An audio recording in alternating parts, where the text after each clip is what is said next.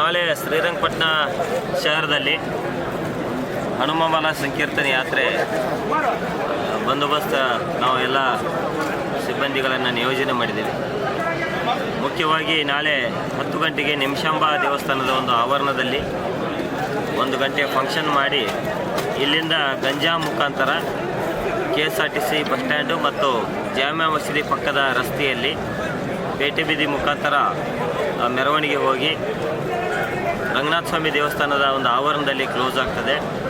ಈ ಒಂದು ಸಂಕೀರ್ತನ ಯಾತ್ರೆಗೆ ಮಂಡ್ಯ ಜಿಲ್ಲೆ ಮತ್ತು ಸುತ್ತಮುತ್ತಲಿನ ಜಿಲ್ಲೆಯ ಹಲವಾರು ಹಿಂದೂ ಬಾಂಧವರು, ಅದರಲ್ಲೂ ಮುಖ್ಯವಾಗಿ ಹನುಮಮಾಲೆ ಧರಿಸಿದವರು ಈ ಒಂದು ಸಂಕೀರ್ತನ ಯಾತ್ರೆಯಲ್ಲಿ ಪಾಲ್ಗೊಳ್ಳಲಿದ್ದಾರೆ.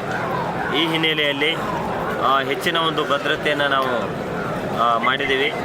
ಮಾನ್ಯ DIG ಸಾಹೇಬರ ಒಂದು ನೇತೃತ್ವದಲ್ಲಿ ಒಟ್ಟು 2 SP ಗಳು, 4 ಜನ ಅಡಿಷನಲ್ SP ಗಳು, 9 ಜನ DYSPಗಳು, ಸುಮಾರು 35 ಜನ ಇನ್ಸ್ಪೆಕ್ಟರ್ ಮಟ್ಟದ ಅಧಿಕಾರಿಗಳು ಸೇರಿದಂತೆ ಒಟ್ಟು 1,000 ಸಂಖ್ಯೆಯ ಅಧಿಕಾರಿ ಮತ್ತು ಸಿಬ್ಬಂದಿಯವರನ್ನು ನಾವು ಈ ಒಂದು ಬಂದೋಬಸ್ತ್ ವ್ಯವಸ್ಥೆಗೆ ಹಾಕಿದ್ದೀವಿ.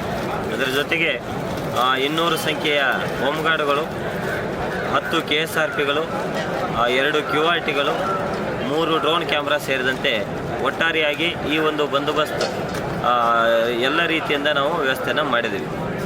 ಹಾಗಿದ್ರೆ ಸಬ್ಸ್ಕ್ರೈಬ್ ಬಟನ್ ಮೇಲೆ ಕ್ಲಿಕ್ ಮಾಡಿ ಹಾಗೂ ನಮ್ಮ ಹೊಸ ವಿಡಿಯೋಸ್ ಅಪ್ಲೋಡ್ಗೋಸ್ಕರ ಪಕ್ಕದಲ್ಲಿ ಕಾಣುವ ಬೆಲ್ ಬಟನ್ ನಮ್ಮೆಲ್ಲ ವಿಡಿಯೋಗಳನ್ನ ಲೈಕ್ ಮಾಡಿ, ಶೇರ್ ಮಾಡಿ ಹಾಗೂ ಕಮೆಂಟ್ ಮಾಡಿ.